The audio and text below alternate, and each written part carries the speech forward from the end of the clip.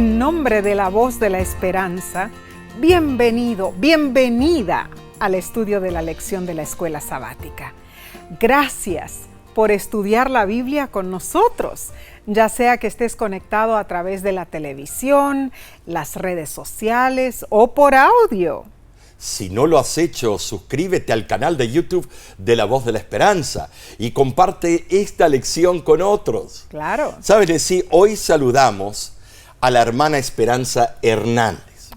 Ella nos escribe de un centro de rehabilitación en Houston, Texas. Sí, claro. La hermana Esperanza dice: Pastor Grieve y su bella esposa, les mando un fuerte abrazo con la poca fuerza que me queda. Con la bendición de mi Dios, los recuerdo siempre y pido multiplique bendiciones sobre ustedes y la maravillosa labor que han elegido llevar por este planeta en muchos países y sobre todo mi México lindo y querido. Ruego sus oraciones para que Dios me conceda mi recuperación total. Tengo 86 años de edad y ya no me es muy fácil la vida. Gracias por escribirnos, hermana Esperanza. Amén. Que Dios fortalezca su salud para que continúe testificando del divino poder de Dios. Debemos siempre orar por nuestros ancianos y recordar que Dios les prometió en Isaías 46:4 algo maravilloso. Así es, Omar. Dice el versículo: aún en la vejez, cuando ya peinéis canas, yo seré el mismo, yo os sostendré, yo os hice y cuidaré de vosotros. Qué hermoso versículo, Amén. ¿No es cierto? ¿Por qué no oramos en este momento, Omar? Okay. Querido y amoroso Padre Celestial, nos dirigimos a tu trono para agradecerte las maravillosas bendiciones que derramas sobre cada uno de nosotros. Pido una bendición especial por la hermana Esperanza, por todos los ancianos que en su edad dorada confían en ti y añoran el día glorioso de tu segunda venida. También, Señor, rogamos en este momento la presencia de tu Santo Espíritu durante el estudio de tu palabra. Te lo rogamos en Cristo Jesús. Amén. Bien, esta semana estudiaremos la lección 9 para el 31 de agosto del 2024. Se titula Controversias en Jerusalén. Desde el principio del libro de Marcos, los líderes religiosos buscaron atrapar a Jesús con temas controversiales. Esta semana veremos a Jesús llegando a Jerusalén. Allí enfrentó las demandas de los fariseos y líderes del templo, en otros 6 argumentos polémicos. Oh, sí. Y Jesús contestó sabiamente, señalándoles lo que ya deberían saber de las Santas Escrituras. El versículo para esta semana se encuentra en Marcos capítulo 11, versículo 25. Dice: y cuando estéis orando, perdonad, si tenéis algo contra alguno, para que también vuestro Padre que está en los cielos os perdone a vosotros vuestras ofensas. Es interesante cómo Marcos organiza los 2 conjuntos de controversias al iniciar y al finalizar su evangelio. Sirven como 2 sujetalibros al principio y al final del ministerio de Jesús. Cierto. Cada conjunto de controversias involucra temas importantes para nuestra vida cristiana. Las instrucciones de Jesús en las situaciones polémicas ayudan a guiarnos en cuestiones fundamentales de la fe y en asuntos prácticos de nuestra experiencia, nuestra experiencia diaria. Seguro que sí. Oh, Omar, los líderes religiosos venían decididos a confrontar. Sí, claro, confundir, a derrotar a Jesús. Así es. Pero nunca lo lograron. Amén. Vemos, hermanos, que parte de esta lección analizará lo que lleva a las personas a oponerse a Dios y lo que nosotros como cristianos podemos hacer para romper los prejuicios y llegar a los corazones de quienes resisten el llamado del Espíritu Santo. Notablemente, los primeros 10 capítulos de Marcos cubren un periodo de aproximadamente 3 años y medio, pero los últimos 6 capítulos cubren un periodo corto, un poco más, de una semana. Vemos que el tiempo de narración del autor se va haciendo más lento en forma marcada.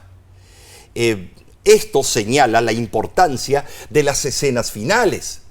En Marcos capítulo 11, el ministerio de Jesús llegó a Jerusalén en un tiempo de Pascua, entre marzo y abril. Allí se presentaron las polémicas de la postura en la oración. Jesús enseñó que Dios mira el corazón y no necesariamente nuestra posición al orar. O sea, si el corazón es sincero, cualquier posición puede ser adecuada. Claro, esto no quita que en privado, cuando estamos en familia y donde se pueda hacer convenientemente, el hincarnos de rodillas es más apropiado, pues expresa humildad y reverencia. Luego Jesús regresó al templo, donde fue acosado por los principales sacerdotes. Le exigieron saber quién le había dado el derecho de hacer lo que hacía. ¿Por qué los líderes religiosos insistían tanto en que Jesús diera pruebas de su autoridad?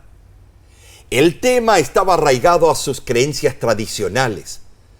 No se trataba de quién tenía la verdad, sino de quién tenía el derecho de promulgar esa verdad. Claro, y al reclamar el derecho para ellos mismos, estos líderes religiosos se erigieron sobre una plataforma de máxima autoridad, no permitiendo que la gente común del pueblo tuviera la libertad de tomar decisiones. Oh, hermanos, esta siempre ha sido una artimaña de Satanás: restringir, controlar y obligar. Sin embargo, Jesús sabiamente se negó a someterse a la supuesta autoridad de esos líderes religiosos. Y más desesperados buscaron deshacerse de ese hombre alborotador y revoltoso. ¿Saben? Sí, no les importaba sus milagros, sus actos de bondad y sanidad. Todo eso les era irrelevante porque Él operaba más allá de su incautada autoridad. Cierto. Pero Jesús simplemente apeló a la verdad. Sí.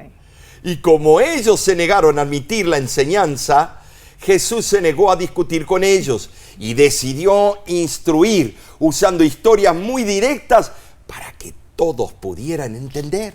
Tremendo, en verdad, ¿no es cierto? Sí. La metodología de Jesús. Hermano, hermana, cuando glorificamos nuestros métodos y pretendemos que los que tienen un método diferente están pecando contra el principio divino, es posible volvernos dogmáticos al extremo. Eso sucedió con los líderes religiosos. Tuvieron la osadía de incluso exigir al Hijo de Dios, Jesús, que no violara sus métodos y tradiciones. ¿Y tú? ¿Hay algún área de tu vida en la que eres demasiado dogmático con tus métodos? Aprenderemos muchas lecciones prácticas e importantes esta semana. Entonces, Omar, pasemos al estudio del domingo 25 de agosto titulado La entrada triunfal. La historia del pollino es interesante. La puedes leer en Marcos capítulo 11, versículo del 1 al 11. ¿Por qué los dueños del animal permitieron que los discípulos se lo llevaran? Seguramente conocían a Jesús. Ahora, la entrada triunfal de Jesús en Jerusalén revela cuán fácilmente una multitud se reúne para celebrar con alegría, aunque ni tengan comprensión de lo que estén celebrando o lo que está sucediendo. Es cierto, la gente simplemente por la fiesta, ¿no? Claro. Estar ahí y celebrar. Claro. Bueno, notemos dos puntos importantes en esta historia. Número uno, la narrativa demuestra el poder profético de Jesús, realzando la dignidad de su llegada y vinculándola a la voluntad de Dios. Número dos, la historia se supedita a Zacarías 9, del 9 al 10, que dice: Alégrate mucho, hija de Sión, da voces de júbilo, hija de Jerusalén. He aquí tu rey vendrá a ti, justo y salvador, humilde y cabalgando sobre un asno, sobre un pollino, hijo de asna. Esto remonta nuestra memoria a la entrada de Salomón a Jerusalén. Montado sobre un asno, siendo coronado rey. Cierto. Primera de Reyes, capítulo 1, versículos 32 al 48. Elena G. de White, en El deseado de toda la gente, es página 523, dice: 500 años antes del nacimiento de Cristo, el profeta Zacarías predijo así la venida del rey a Israel. Esta profecía se iba a cumplir ahora. El que siempre había rechazado los honores reales iba a entrar en Jerusalén como el heredero prometido del trono de David.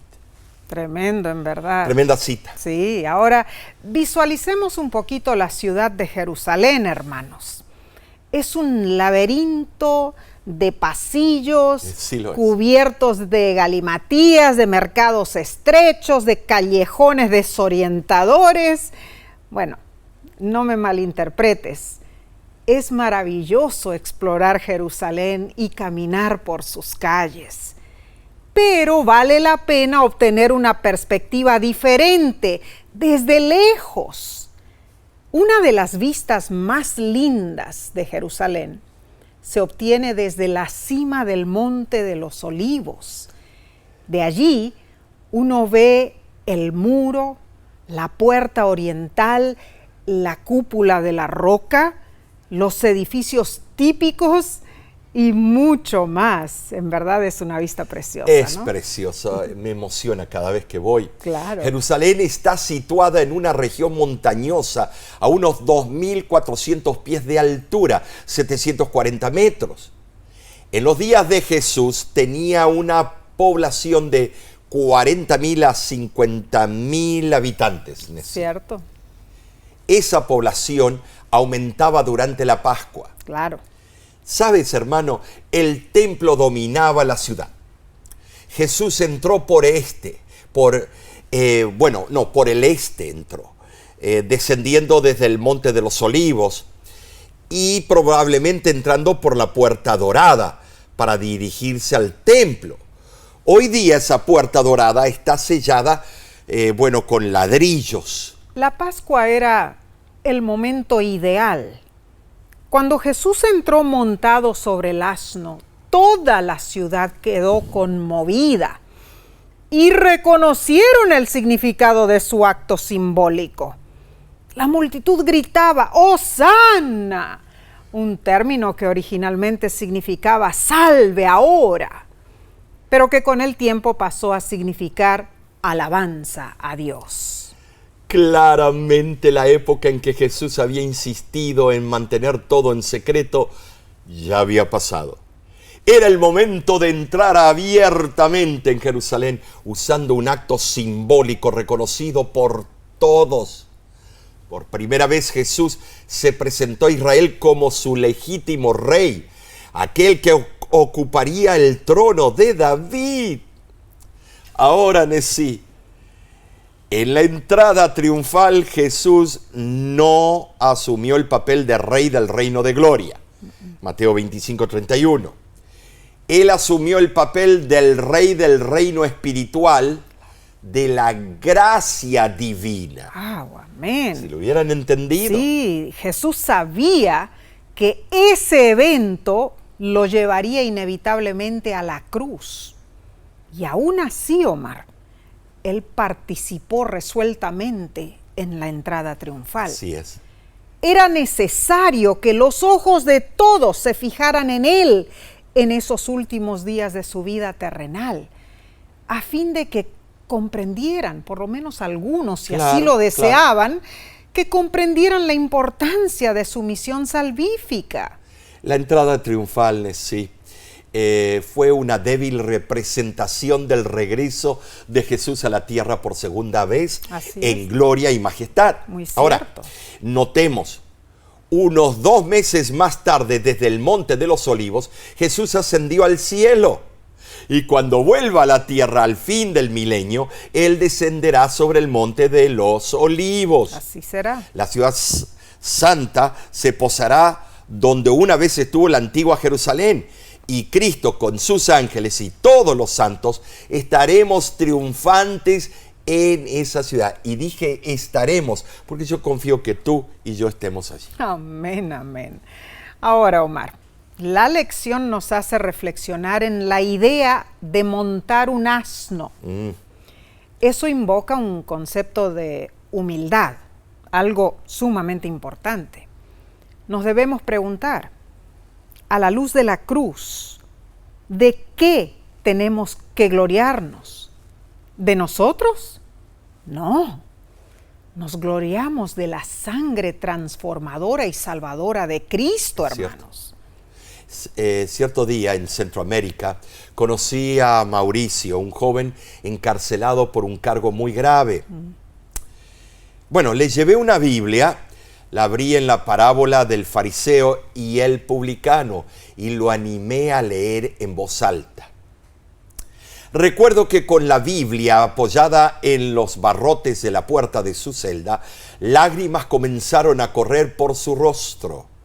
Con el corazón quebrantado me dijo: pastor, que Dios tenga misericordia de mí, soy pecador. Wow.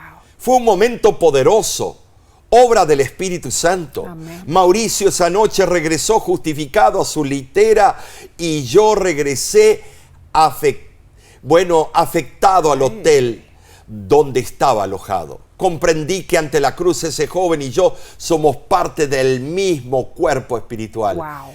Ambos somos débiles pecadores sin esperanza, pero por la sangre de Cristo somos acercados al trono de la gracia. De eso, Nesí, debemos gloriarnos. Amén y amén. Entonces, Omar, sucedió que en aquel día en Jerusalén, Jesús entró al templo, pero dice que ya era tarde. Claro. Simplemente miró a su alrededor y se retiró con sus 12 discípulos a Betania. O sea, lo que podría haberse convertido en un motín terminó silenciosamente porque Jesús se fue en forma callada. Pero el día siguiente marcaría otro ritmo. Pasemos a la parte del lunes 26 de agosto titulada Un árbol maldito y un templo purificado. Tremendo título. La multitud proclamó a Jesús rey, aunque él nunca fomentó las erróneas ideas de los judíos. Ahora asumió el papel de rey Mesías. Amén. Al día siguiente Jesús caminó con sus discípulos 3 kilómetros, 2 millas, de Betania a Jerusalén, y le dio hambre. Vio una higuera y quiso comer higos. Notemos, esto no era considerado robo. No. La ley del Antiguo Testamento permitía comer del campo o del huerto de un vecino para calmar el hambre. Levíticos 19:9 y Deuteronomio 23:25 así lo afirma. Ah, cierto. Pero Jesús no encontró ningún higo y dijo al árbol: nadie vuelva jamás a comer fruto de ti. Wow. Marcos 11:14. Pobre árbol, ¿qué culpa tenía? Fue una acción extraña para Jesús, ¿no es cierto, Nesí? Sí. Pero era para enseñar una lección. Bueno, pero lo peor fue que todos los discípulos lo vieron. ¡Oh! ¡Qué horror! Sin embargo, lo que siguió a continuación, Omar, fue aún más sorprendente. Jesús volvió al templo y allí no pudo contener su indignación. Marcos 11:15 dice, Jesús entró en el templo y comenzó a echar de allí a los que compraban y vendían. Volcó las mesas de los que cambiaban dinero y los puestos de los que vendían palomas. Y luego Jesús los denunció. ¿No está escrito, mi casa será llamada casa de oración para todas las naciones? Pero vosotros la habéis convertido en cueva de ladrones. Marcos 11:17. Tremendo. Jesús se indignó por las inescrupulosas avenencias dentro del recinto del templo. Claro. Sabes, hermano, era necesario proporcionar comodidad a los peregrinos que venían de largas distancias, pues les resultaba inconveniente llevar sus propios sacrificios. Pero el ruido y las transacciones comerciales, el aumento de los precios, deben haber ofendido la conciencia de los que adoraban a Dios en espíritu y en verdad. Ese comercio era autorizado por los encargados del templo. Sacaban gran provecho monetario porque los subían el precio del animalito al 100, 200, 300%. Todos los que emprendían ese negocio revelaban tener un concepto erróneo del carácter de Dios y de lo que Él requería de quienes le servían.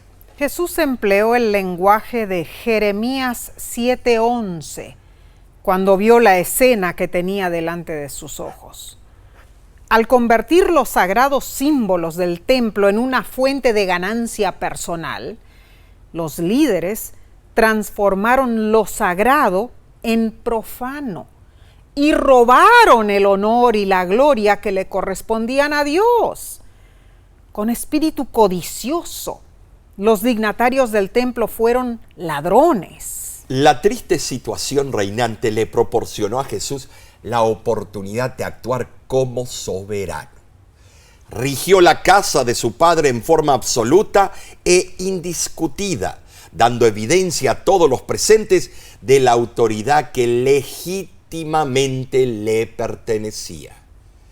Y mediante sus acciones, Jesús presentó una demostración de la verdadera naturaleza de su misión aquí en la tierra. Durante la procesión triunfal del día anterior, las personas a quienes Jesús había sanado y rescatado de la opresión de Satanás habían marchado a su lado, proclamando las alabanzas del Salvador.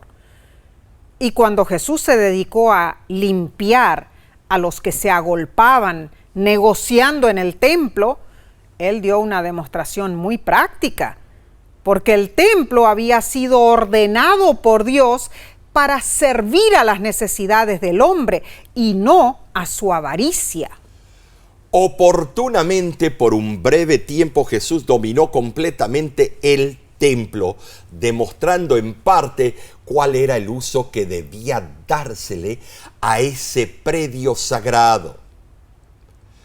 ¿Sabes si el Cordero de Dios había venido a la tierra para que los hombres tuvieran vida en abundancia, no para que sacrificaran en abundancia, ni para que lograran ganancias en abundancia? Hermano, hermana, la lección te pregunta, ¿qué cosas en tu vida necesitas que Jesús limpie? Uy, Omar, ahí tocaste una tecla. Yo creo que no nos daría tiempo para mencionar la larga lista. No. Cuando pecamos, hermanos, nos separamos de Dios. La única solución, la sangre de Jesús es la que nos limpia de todo pecado. Amén. Cuando pecamos, tenemos sentimiento de culpa. Claro que sí. La única solución, la sangre de Jesús es la que purifica nuestra conciencia.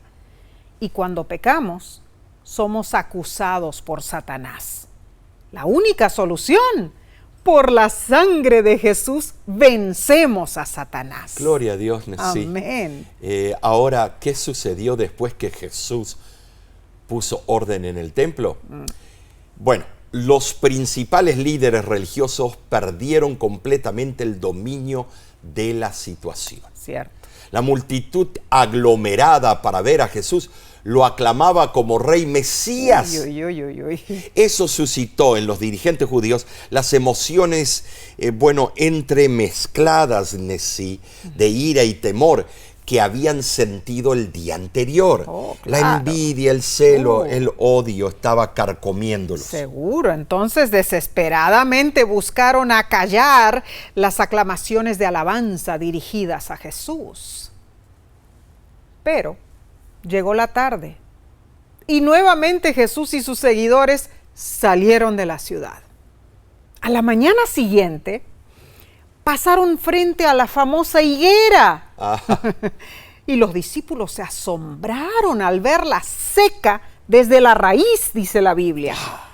Y Pedro exclamó, dijo, Rabí, mira, se ha secado la higuera que maldijiste. Es una de las preguntas que quiero hacer cuando venga Cristo en las nubes. Y Jesús les enseñó sobre la oración y el perdón. Notemos la hilación de la narrativa. Jesús maldijo la higuera. Número 1. Número 2, Jesús fue al templo y puso orden. Número 3, se describe la consecuencia que sufrió la higuera. Estos eventos entremezclados forman la cuarta historia sándwich en el libro de Marcos. Cierto. En ambos relatos, la ironía dramatizada ocurrió con personajes paralelos que realizaron acciones opuestas o con personajes opuestos que realizaron acciones paralelas. Interesante forma de ponerlo. Entonces, las historias de la higuera y del templo son equivalentes y al mismo tiempo impugnadas. Interesante. Tremendo. O sea, Jesús maldijo al árbol, pero limpió el templo. Acciones opuestas, ¿no es Tremendo. cierto? Ahora, la ironía de todo esto, hermanos, es que los líderes religiosos siguieron conspirando para matar a Jesús. Y esa acción puso fin a la importancia de los servicios del templo, los cuales se cumplieron en Jesús. Bien, pasemos entonces a la lección del martes 27 de agosto, titulada ¿Quién dijo que podías hacer eso? Oh, tremendo. Era día martes, antes de la Pascua del año 31 después de Cristo. Y Jesús presentó su última enseñanza en el templo, porque ya iba a ser crucificado pronto. Estaba hablando cuando los dirigentes se le acercaron. Algunos eran saduceos y la mayoría de los escribas eran fariseos. Leo de Marcos, capítulo 11, versículos 28 al 33. Y le dijeron, ¿con qué autoridad haces estas cosas? Jesús les dijo, os haré yo también una pregunta, respondedme, y os diré con qué autoridad hago estas cosas. ¿El bautismo de Juan era del cielo o de los hombres? Entonces ellos discutían entre sí diciendo, si decimos del cielo dirá, ¿por qué no le creísteis? Y si decimos de los hombres, temían al pueblo, pues todos tenían a Juan como un verdadero profeta. Así que respondiendo, dijeron a Jesús, no sabemos. Entonces Jesús respondiendo les dijo, bueno, tampoco yo os digo con qué autoridad hago estas cosas.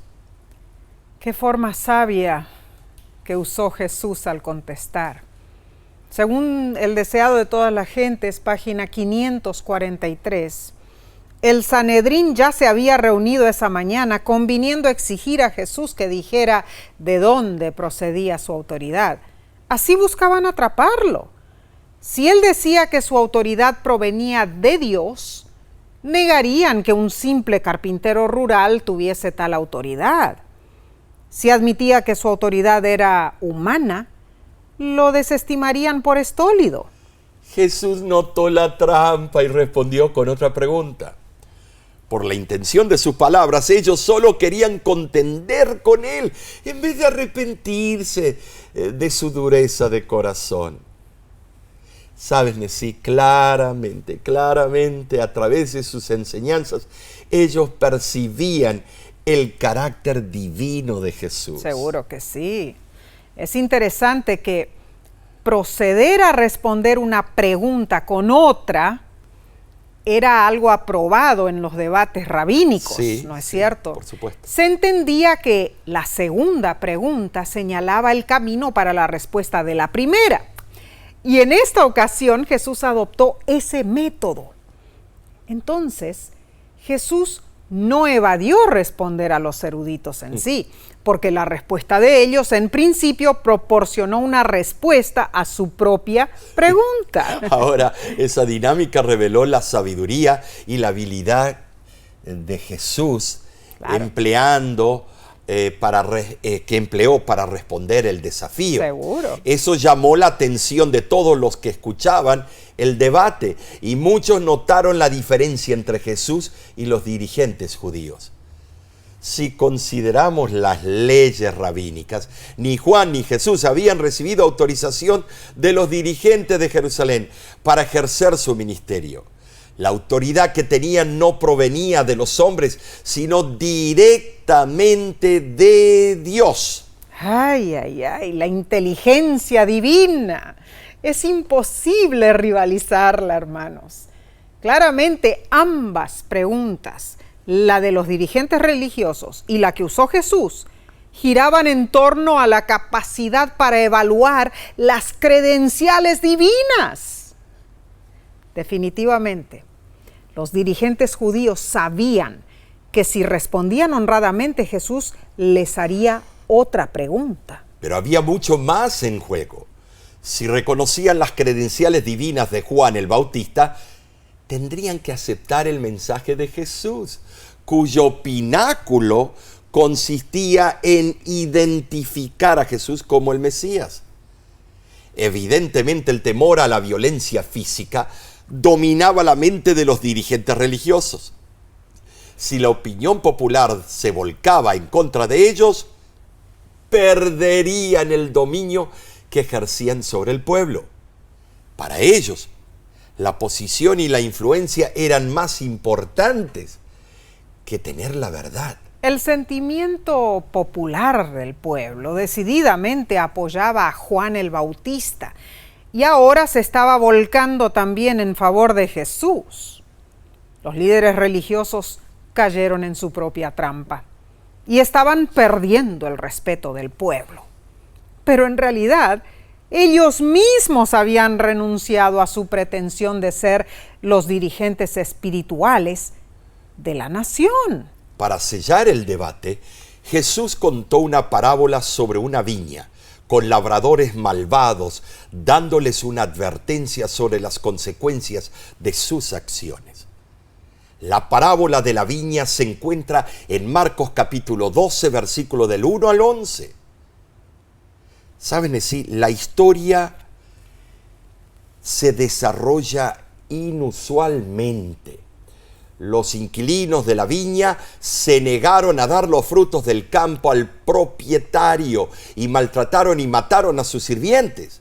Finalmente, el dueño envió a su amado hijo, a quien él esperaba que respetasen. Pero no fue así. Razonaron que si mataban al hijo, la viña sería suya. Así Jesús desenmascaró con precisión los nefastos complots de los líderes religiosos para quitarle la vida en un futuro cercano. Wow.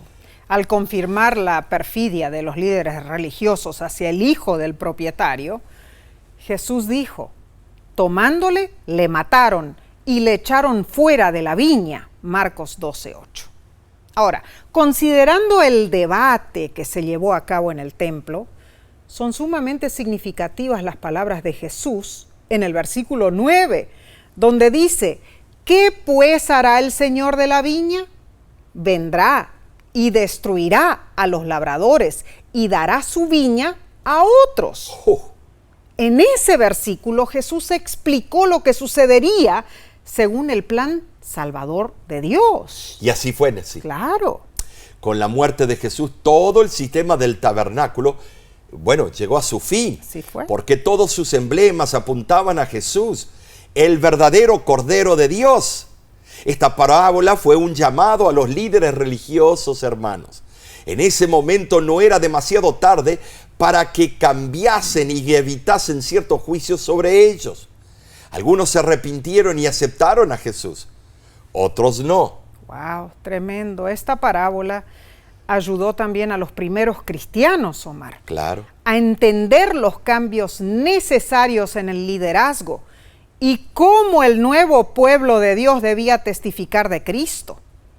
Asimismo, esta parábola nos ayuda a nosotros a ver en el Nuevo Testamento una imagen más amplia del Israel de Dios, compuesto por creyentes, tanto judíos como gentiles, bajo el nuevo liderazgo de Cristo.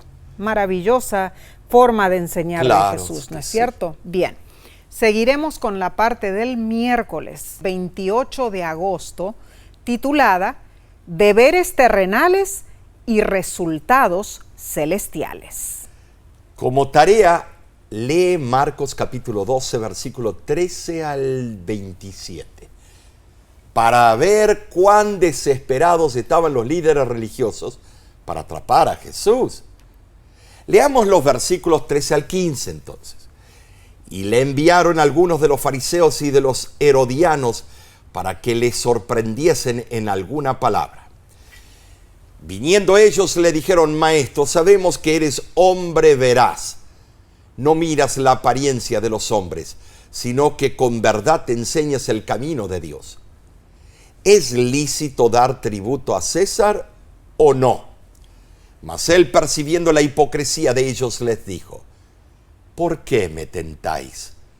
Traedme la moneda para que la vea. Probablemente los que se acercaron parecían jóvenes honrados, que buscaban una respuesta veraz a lo que era entre los judíos un problema dificilísimo de resolver. En aquella época, bueno, creo que ahora también, ¿no es cierto? Negarse a pagar impuestos terminaba en la cárcel, claro. Podía considerarse como una rebelión contra el gobierno romano, un delito gravísimo. Lucas dice que esos jóvenes eran discípulos de los fariseos, eran espías. Tremendo la descripción de Lucas. Muchos espías fueron enviados por el Sanedrín, claro, para vigilar a Jesús. ¿Sabes? Los herodianos formaban un partido político judío que apoyaba a Herodes Antipas y colaboraba con el gobierno romano. En cambio, los fariseos eran nacionalistas fervientes y se oponían a Herodes y al César. Los dos grupos eran enemigos acérrimos en cuestiones políticas, pero estaban unidos contra Jesús. ¡Qué condenación, eh! En esta instancia, los herodianos buscaron prestamente acusar a Jesús. Si él insinuaba deslealtad al gobierno, estaría en problema. Su aparente integridad era engañosa. Esperaban con sus halagos sorprender a Jesús. Si él aprobaba pagar tributos a Roma, demostraría estar en contra de la ley de Dios y perdería su popularidad como Mesías. Si él prohibía el pago de tributos, lo presentarían ante las autoridades romanas como traidor o revolucionario. En serio que actuaban en forma diabólica, ¿eh? Probablemente ese tributo era el impuesto de empadronamiento o capitación requerido en todos los territorios de la jurisdicción romana. ¿Sabes? El pago del tributo era exigente para los judíos, no por ser una suma elevada, sino porque era símbolo de subordinación y un amargo recuerdo de las libertades que habían perdido.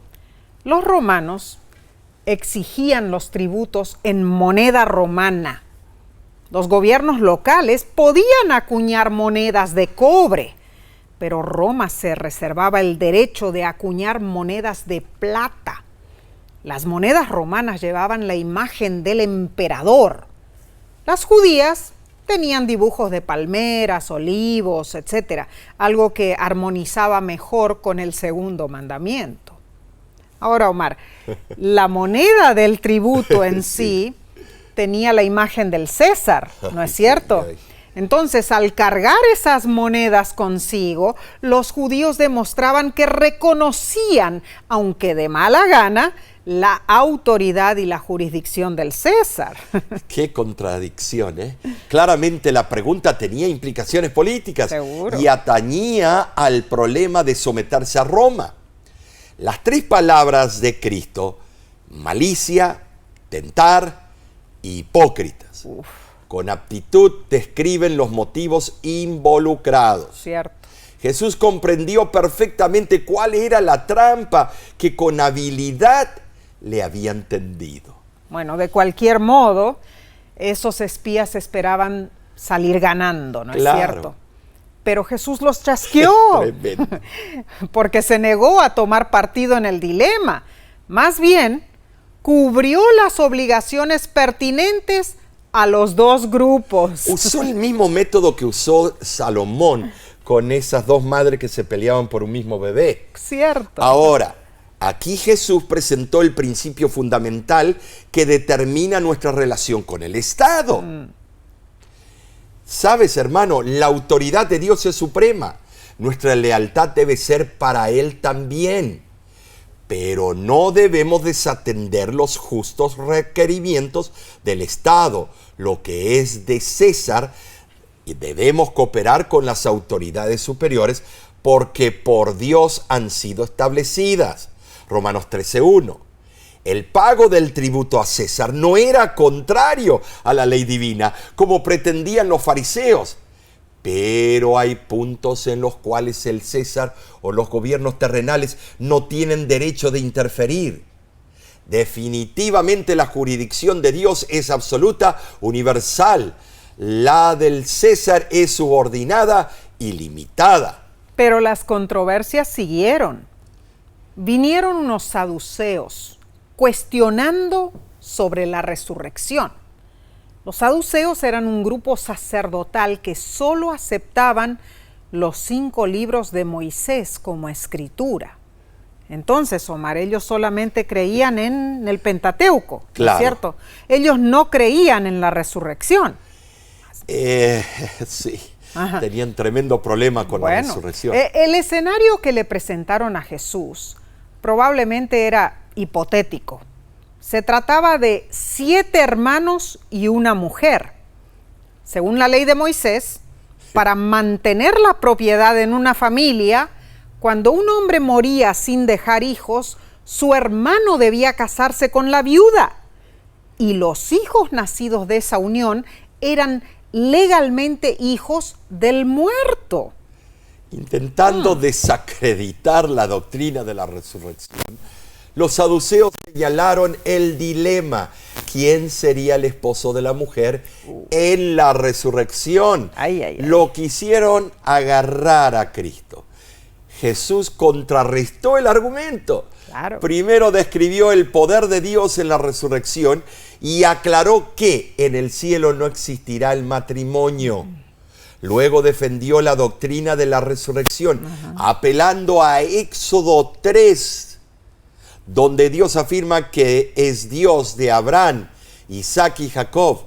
Y Jesús afirmó que Dios los resucitará, Amén. Que no pueden permanecer muertos, porque Él no es Dios de los muertos, sino Dios de los vivos. Amén. Qué impresionante. Wow. ¿Cómo me hubiera gustado ver esa discusión en persona? ¿Verdad que sí? Los líderes religiosos sabían quién era Jesús, hermanos, pero ellos no estaban dispuestos a seguirle. Te pregunto, ¿cómo puede un líder reconocer la autoridad de Jesús y al mismo tiempo rechazarlo? Triste situación. Isaías 6:9 dice, por mucho que oigan, no entenderán. Por mucho que vean, no percibirán. Todos tenemos la oportunidad de comprender a Dios, pero si lo rechazamos, las consecuencias serán eternas. Oh, que Dios nos ayude a aceptar a Cristo en nuestros corazones, hermanos. Bien. Vayamos entonces al estudio del jueves 29 de agosto. Se titula El mandamiento más importante. Bueno, yo tenía entendido que todos los mandamientos son importantes. Un escriba elegido para realizar un complot final, para entramparlo, vino ante Jesús. El hombre parecía ser recto. Reconoció que Jesús respondía bien a las preguntas. Claro. Para que un escriba escuchase las disputas y apreciara las respuestas de Jesús, eso demuestra su honestidad y también valentía frente a la animosidad prevaleciente. Seguro que sí. Creo que, hubiera sido más fácil simplemente observar, Claro. ¿no es cierto? Pero ese hombre no hizo eso, Omar. No. Leamos Marcos capítulo 12, versículos 28 al 31 y dice: acercándose uno de los escribas, que los había oído disputar y sabía que les había respondido bien, le preguntó: ¿cuál es el primer mandamiento de todos? Jesús le respondió: el primer mandamiento de todos es: oye Israel, el Señor nuestro Dios, el Señor uno es. Y amarás al Señor tu Dios con todo tu corazón y con toda tu alma y con toda tu mente y con todas tus fuerzas. Este es el principal mandamiento. Y el segundo es semejante: amarás a tu prójimo como a ti mismo. No hay otro mandamiento mayor que estos. Pero es interesante, Nesí, porque amarás a tu Dios involucra los primeros 4 mandamientos de los 10. Claro. Y amarás a tu prójimo son los últimos 6 mandamientos de los 10. Notablemente el escriba reconoció que las respuestas de Jesús siempre eran adecuadas. Así fue. Ahora el pasaje de las Escrituras que Jesús citó fue el Shema, Deuteronomio 6:4, un texto señalado como sagrado de Israel a lo largo de su historia. Amar a Dios refleja la creencia distintiva de los judíos en el único Dios verdadero. Cierto. Sabes, hermano, se pronunciaba Deuteronomio 6:4 para iniciar el servicio de oración matutina y vespertina en el templo. Y hasta el día de hoy acostumbran hacerlo en las sinagogas. Y Jesús, sin hacer pausa, le sacó ventaja al escriba, porque enumeró el segundo mandamiento más importante, citando del Antiguo Testamento una vez más, Levítico 19:18. Amarás a tu prójimo como a ti mismo. Ahora quizás te preguntes, ¿cómo es posible exigir el amor? Bueno, el contexto cultural del mandato en Deuteronomio ayuda a esclarecer esto. El lenguaje proviene de antiguos pactos. El término amor se refiere a ser fiel a los requisitos del pacto y cumplirlos con acciones que demuestren lealtad. ¿Y cómo reaccionó el escriba a la respuesta de Jesús? Fue honesto. Vio la claridad y sencillez de Jesús y así lo expresó. Oh, los otros líderes religiosos de seguro fruncieron el ceño porque el escriba afirmó que la respuesta de Jesús era válida, algo que nadie más reconocía. Entonces Jesús le aseguró al escriba que al contestar honestamente, él no estaba lejos del reino de Dios. Qué hermoso, Lo más ¿no es probable, cierto? ese fue uno de los tantos líderes que sí aceptaron a Cristo Bueno. y fueron leales. Pero notemos algo aquí que comenta la lección en cuanto a esto. Dice, no estar lejos no significaba estar dentro.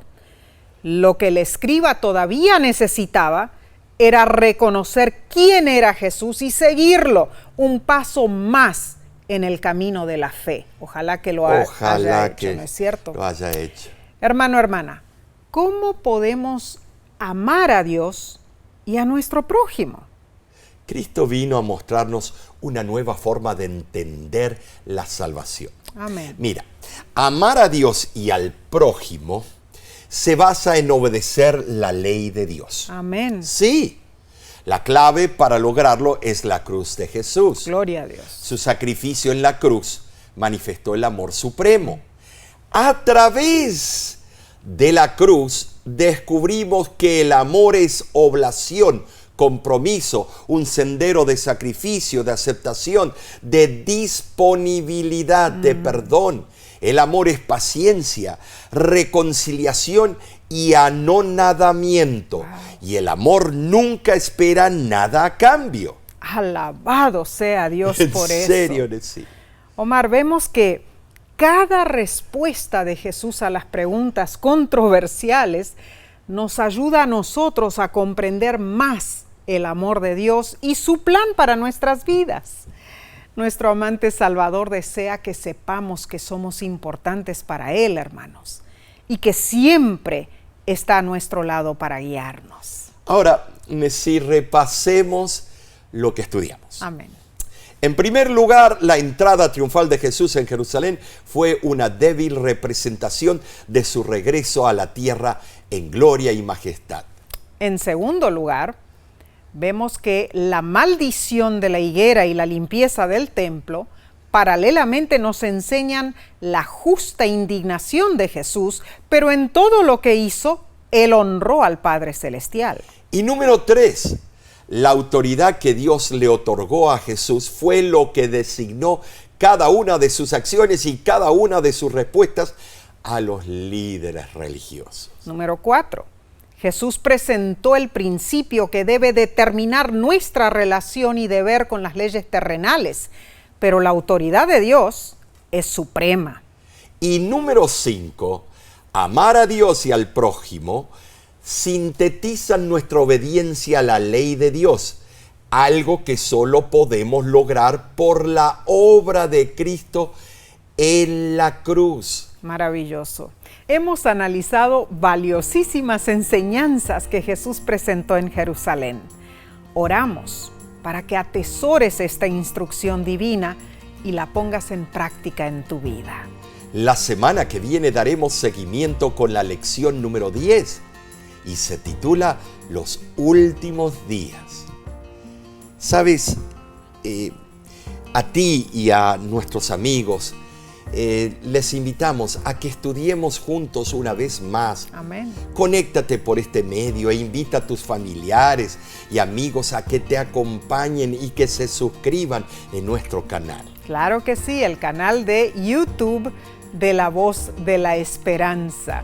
Hazlo para que no te pierdas ninguna de las programaciones que tenemos disponibles para ti. Por ejemplo, este viernes habrá un tema interesantísimo. ¿Cuál es el título, Omar? Bueno, la segunda venida y el principio del milenio. ¡Wow! Mira, vamos a ver cosas interesantes, cosas que a veces no se trata, se pasan por encima sobre el comienzo del milenio y la última parte de la venida de Cristo Jesús. ¡Wow! Va a estar buenísimo. Así buenísimo. Que no viernes te lo a las 7 de la noche, hora del Pacífico, Seguro Estados que Unidos. Sí. También tenemos que recordar a las personas que estén cerca del área de Anaheim, California, en Estados Unidos, en las fechas de octubre 5 al 12. Ajá, tendremos una campaña evangelística de parte de La Voz de la Esperanza Así será. de todo el condado de Orange County con Claro todas que las sí. iglesias en la iglesia de Sunkist. ¡Wow! Yo te invito, será algo especial. Estará Felipe Garibo cantando, estará vamos a tener un grupo musical cantando, va a estar también otras personas que nos van a traer música especial. Seguro, va a ser Así que una no programación faltes. buenísima. Así que si estás cerca de Anaheim, California, haz planes. Gracias por acompañarnos en esta ocasión, por escribir tus lindos comentarios, por orar por nosotros y por apoyar financieramente el ministerio La Voz de la Esperanza. Seguiremos orando por ti y los tuyos. Amén. Dios te bendiga y te guarde. Dios haga resplandecer su rostro sobre ti y tenga de ti misericordia. Dios alce sobre ti su rostro y ponga en ti